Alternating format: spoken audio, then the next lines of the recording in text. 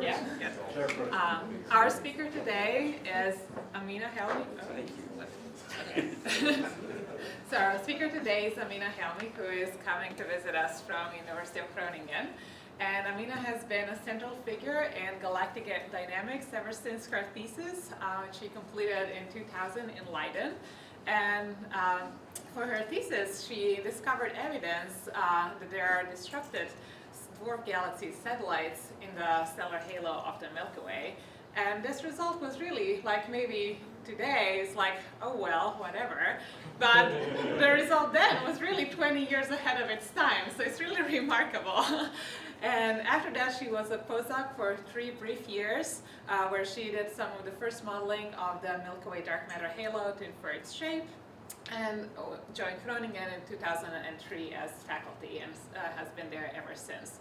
So her group has done a lot of work in dynamics of individual dwarf galaxies and also of dwarf galaxies as a system and I guess globular clusters as well in the Milky Way to infer its total mass. And despite the number of different discoveries that happened along the way, the thing I find the most fascinating about Amina's research is her ability to take some constructs that really only live in theory land, like worrying about how the LMC is affecting the Milky Way, or if you remember the canonical action angle coordinates from your classical mechanics. So she takes those, applies them to the data, and then somehow manages to convince all of the community that that's really what they should be doing too. And she has really been right all of the time, as been evidenced by a lot of the recent Gaia results, and we are really happy to have Amina tell her about some of her own group's work in this area today. So Amina, take it away. Thank you, Anna, for the wonderful introduction. I'm very happy to be here, and particularly happy to be talking about some recent results we've obtained using data from the Gaia mission, from the second data release that took place in April last year. And we're actually still making discoveries as we explore this vast data set. So you probably all have heard about the Gaia mission. Gaia is a satellite that was launched in 2013. It's a European Space Agency satellite, and it's scanning the sky over a full 5-year time scale. And as it scans the sky, it actually measures very accurately the positions of the stars. And because it's revisiting each patch very often, then it actually measures the displacements, the tiny displacements that stars make on the sky. So it's able to measure the velocities and what we call the proper motions of stars on the sky for every object. In fact, for every object that's brighter than magnitude 20.7 in the G band. So it turns out there are 1.5 billion such sources on the sky for which Gaia has measured proper motion. And because of the vastness of this data release, the vastness of the data, the accuracy, the precision that the data has, it's actually causing quite a revolution in galactic astronomy, as you shall see.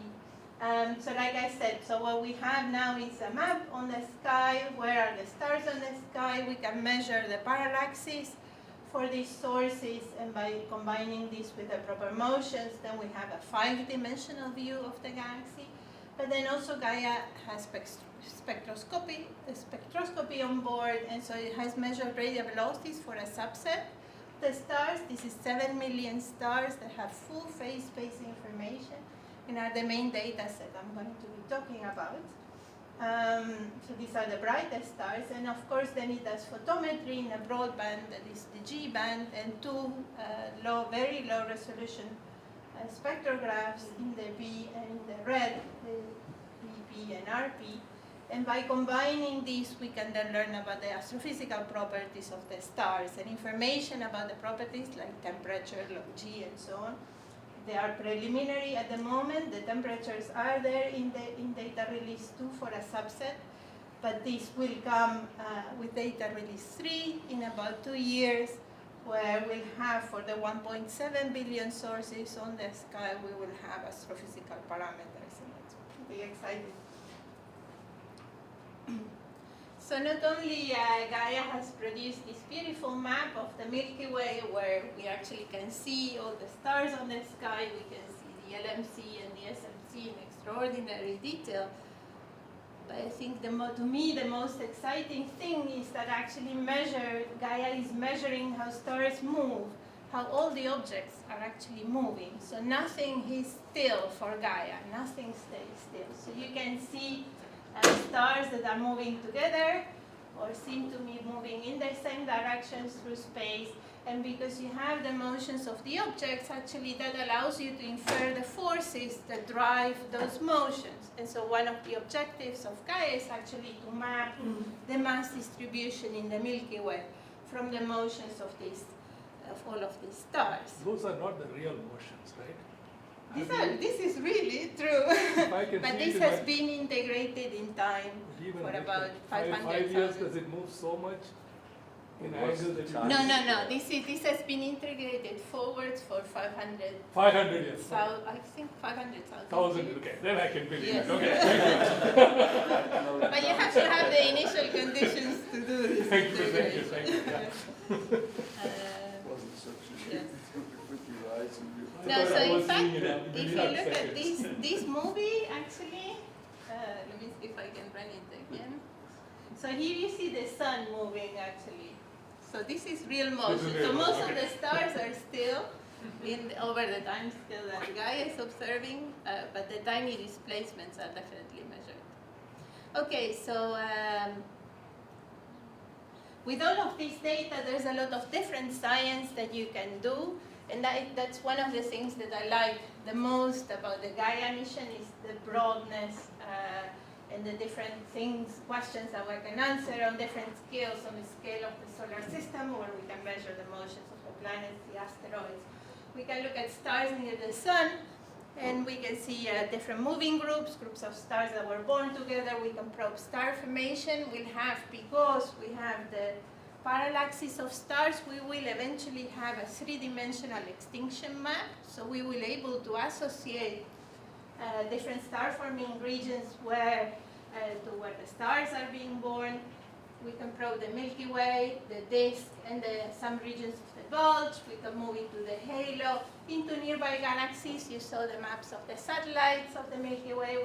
There's a measurement now of the proper motion of M31 and M33, and even further away, and study quasars. And the next data release, for example, will also give properties. No, I mean, that helps to understand the systematics, actually. So quasars are extremely useful in that sense. But people have actually measured proper motions of jets using, in combination with VLBI. So there's a lot of science that one can do. And so that's very exciting.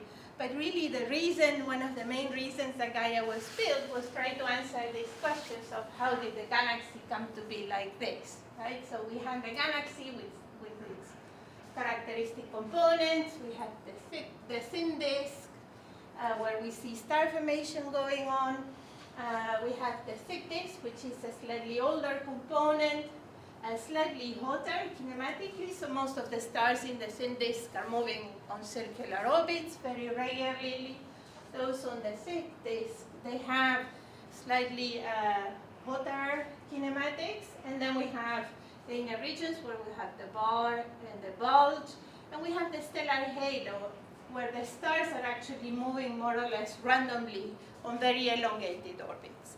And so what you see just from this mere description is that the properties of stars, not just the spatial distribution of the stars, but also their kinematics and their astrophysical properties, such as their ages or the chemical compositions, actually vary from component to component.